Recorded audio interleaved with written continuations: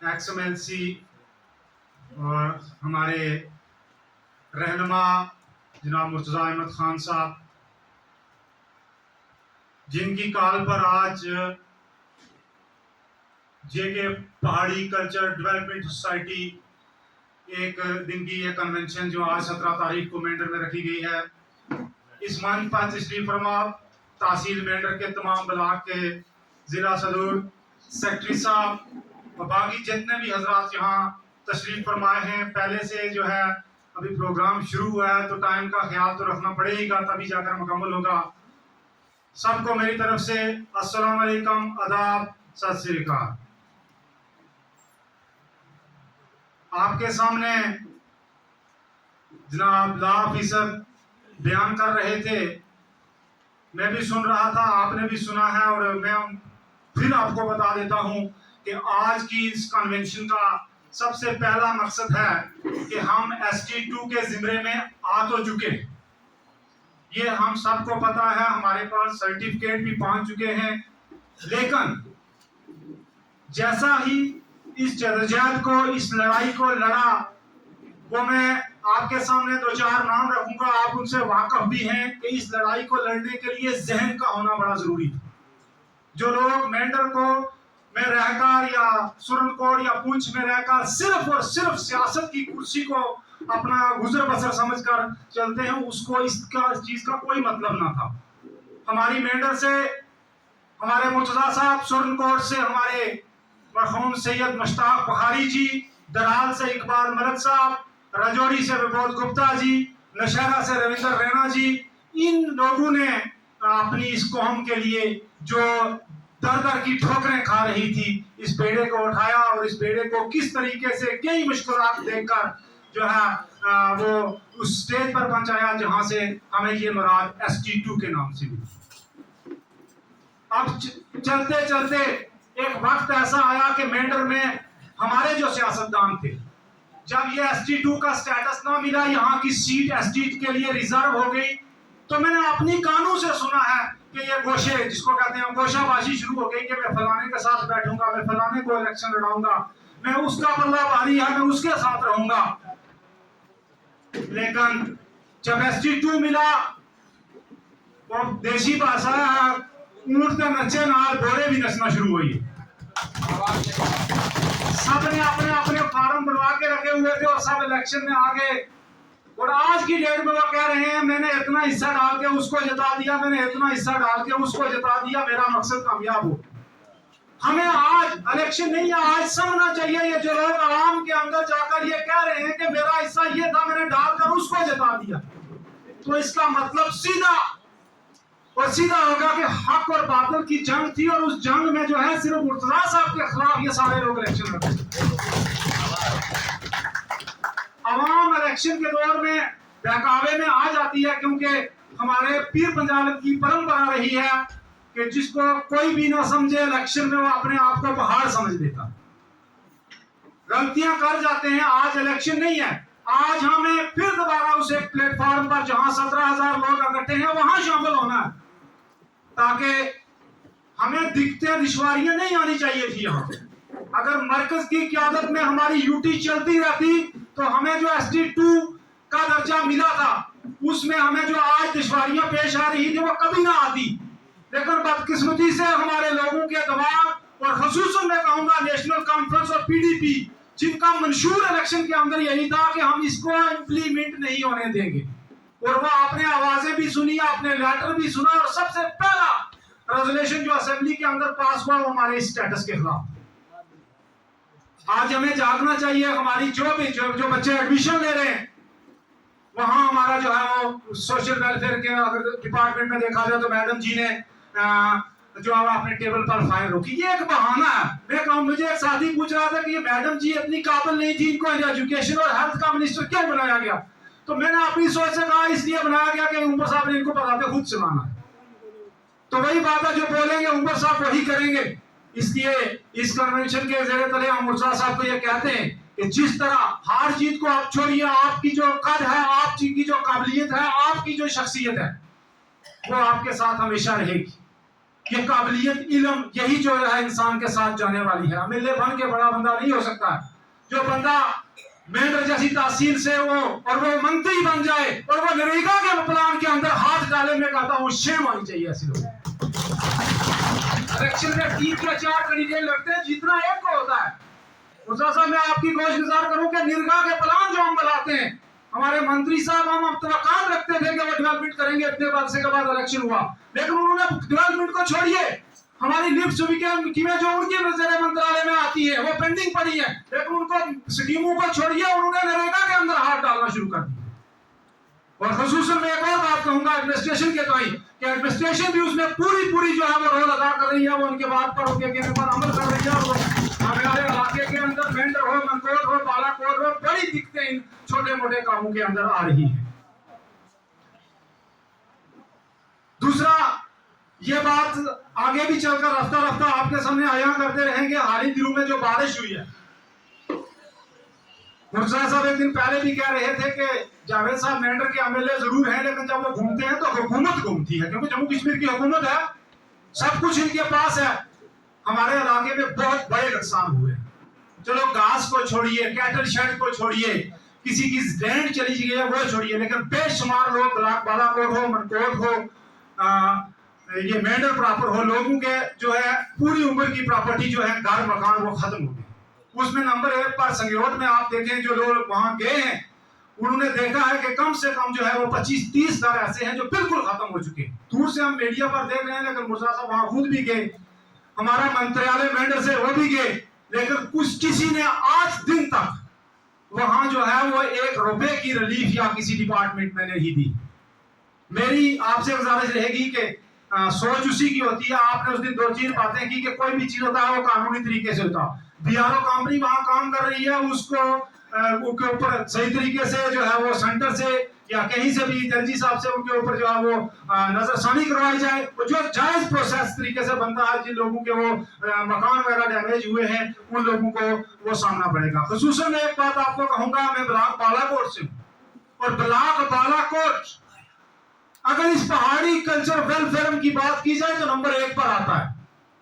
वो आप गिनती के लिहाज से रखें, वोटिंग के लिहाज से रखें, या किसी मामले से भी देख लें, ब्लॉक बालाकोट के लोगों ने अगर कहीं 10% लोगों ने गलती किया वो अलग बात है, लेकिन ब्लॉक बालाकोट इस पहाड़ी वेलफेयर के लिए बड़ा नुमाया रोल अदा किया है। और खसूसन मुर्तजा साहब के साथ जो पीछे दीवार बनकर आज दिन तक 2014 से लेकर हम खड़े हैं, हम इस चीज की आवाज बुलंद कर रहे हैं कि अगर एक बार, क्या पता हमारी मेंढर के लोगों के इनकी कलम से कोई ताकत से वो डेवलपमेंट ना लिखी है, वो अलग बात है, लेकिन मैं कहता हूं कि एक बार अगर मुर्तजा खान जैसे काबिल इंसान मेंढर के एमएलए बन जाए, मंत्री की तो बात छोड़िए, तो मैं कहता हूं पूरा निजाम ऐसे रास्ते लग जाए, पूरी एडमिनिस्ट्रेशन ऐसे रास्ते लग गए, जो ऑफिसर यहाँ आए वो फूक के कदम रखें कि किसी बंदे ने रास्ता बनाया, उस रास्ते में जरा भटका तो मैं मार दूंगा उसमें खड्डे में।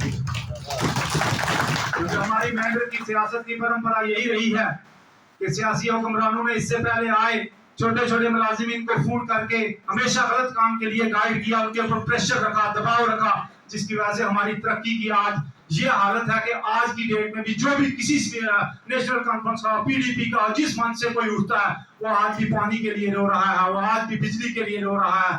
और हमारे बच्चे जो हम खुश हुए थे कि एसटी स्टेटस मिला है हमें, हमारे बच्चों को कॉलेजेस में एडमिशन मिलेगी, हमारे बच्चों को यूनिवर्सिटी में दाखिले मिलेंगे, वो इस रियासती हुकूमत फौरन जो यहाँ बन गई उसने उसको पेंडिंग रखा है। मेरी मुर्तजा साहब से ये गुजारिश रहेगी कि सेंटर में इसके ऊपर जाकर बात की जाए, कानूनी कोर्ट के जरिए जो है इसके ऊपर कार्रवाई की जाए, ताकि आने वाले वक्त में जो हमारी नस्लें हैं जो पहले से 40 साल इससे पीछे हो चुकी हैं और वो इससे फैज़याब हो सके।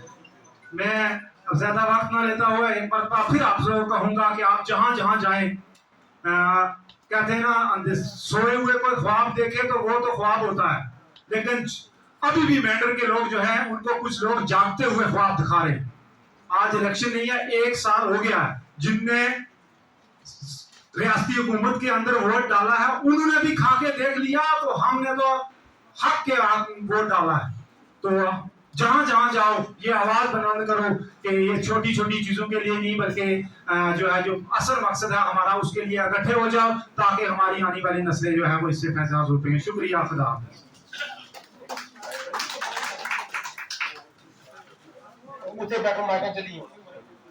इसके बाद मैं जनाब हबीबुल्लाह खान साहब से गुजारिश करूंगा कि 2 मिनट के लिए टाइम का खास ख्याल रखें।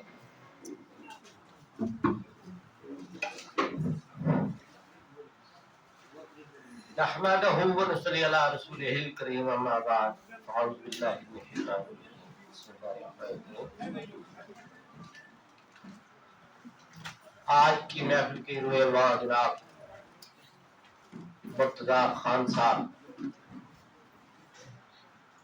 और उनके हमरा अयाज खान साहब, मुनव्वर खान साहब, एडवोकेट साहब, देवेंद्र कुमार टंडन जी, फैंसी साहब और जितने भी हमारे वाज़ीन हैं, सभी हमारे लिए करीम है। सबका नाम देते रहेंगे तो 2 मिनट यूं ही गुजर जाएंगे। मैं मुद्दे पे आता हूं कि जैसा कि आज मुर्तजा खान साहब ने ये जो मीटिंग रखी है, मैं मुबारकबाद पेश करता हूं कि जिन्होंने हमें वक्तन फक्तन याद करते रहते हैं और जिन्होंने आज ये पहाड़ी तबका के लोगों को इकट्ठा किया है।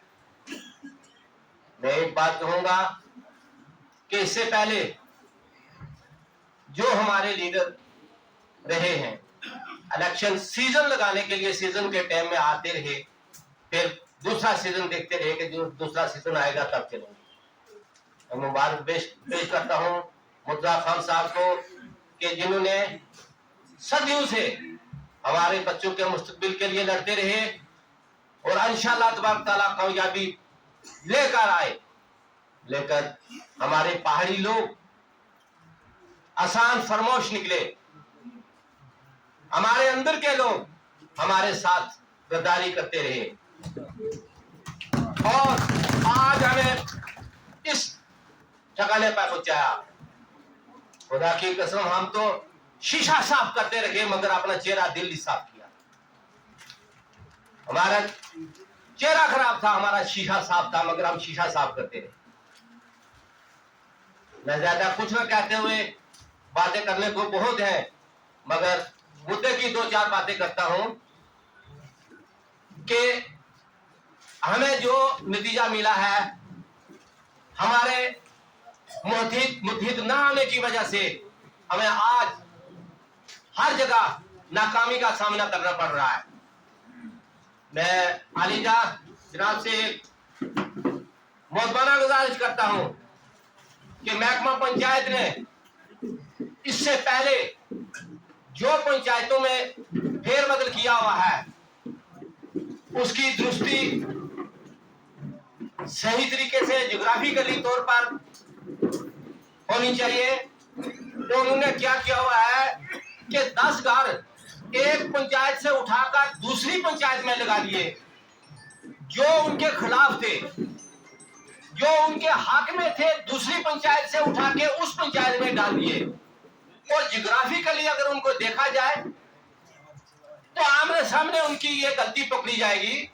और ये मैं जनाब की वसासत से जनाब डीसी साहब कुछ को ये गुजारिश करता हूं कि ऐसी जो पंचायतें हैं जिसमें फेरबदल किया गया है और मुलाजमीन ने अपने मुफाद या अपने आदमी के मुफाद के लिए किसी को सरपंच बनाना है, किसी को मेंबर बनाना है, तो उस लिहाज से उन्होंने जो फेरबदल किए हैं ये बिल्कुल सही और जियोग्राफिकली फिट होनी चाहिए।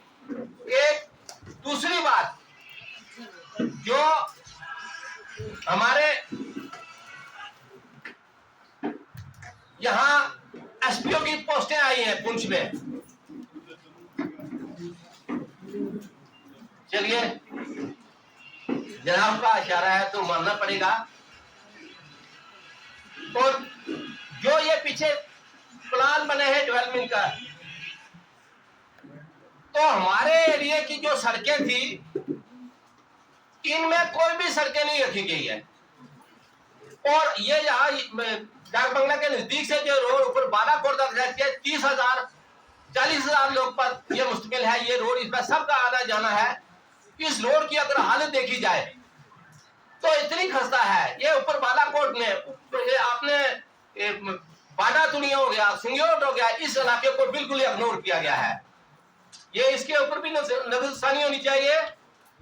बाकी ये जो ब्लैक टॉपिंग का सिस्टम है, अगर करोड़ का कंट्रैक्ट है तो ठेकेदार ये क्या करते हैं, 10 लाख में ब्लैक टॉपिंग का ठेका ले लेते हैं और फिर क्या करते हैं, ऐसे ही तारकोल मिला के ठंडा को वो महीने 2 महीने तक नहीं वो निकाल सकती है।